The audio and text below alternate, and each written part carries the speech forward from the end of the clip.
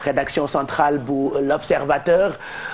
Nous retrouvons tout de suite Idrissa Sané pour le menu de l'Observateur de ce vendredi 20 mars 2015. Bonjour Idrissa. Bonjour Pape Cheikh Diallo et à toute l'équipe de Yeewu Leen. Ça fait vraiment un bail qu'on ne s'est pas retrouvé et c'est avec un très grand plaisir que je vous retrouve ce matin pour vous présenter la une de l'Observateur du jour.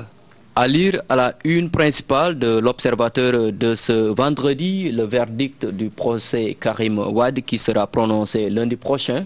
La guerre des stratégies, lit-on à la une principale. Et c'est pour dire qu'au sommet de l'État, l'on ne néglige aucun détail dans les dispositifs prises pour assurer la sécurité des biens et des personnes en prélude au verdict du procès de Karim Wade qui sera prononcé lundi. Une stratégie d'attaque est déjà mise en place pour neutraliser tous les potentiels fauteurs de troubles. À noter d'ailleurs que la gendarmerie a mis la main sur une cargaison de 300 coupe-coupe à Thiaroye. Et pendant ce temps, Maître Abdoulaye Wade, qui était en réunion hier avec le Front patriotique pour la défense de la République, a fait savoir qu'il n'est pas dans les dispositions pour accepter une condamnation de son fils. À lire également l'ambassadeur des États-Unis à Dakar qui bénit les procédures à l'encontre de Karim Wade et de Hissène Habré. Après l'ambassadeur de la France au Sénégal, Jean-Félix Paganon, c'est au tour du nouvel ambassadeur des États-Unis à Dakar de jeter un pavé dans la mer. À la différence du Français qui a condamné Karim Wade en public, l'Américain James Zumwalt a plutôt félicité le Sénégal dans sa manière de conduire les procédures d'enrichissement illicite présumées contre Karim Wade et la procédure contre l'ancien président tchadien Hissène Habré pour crime contre l'humanité.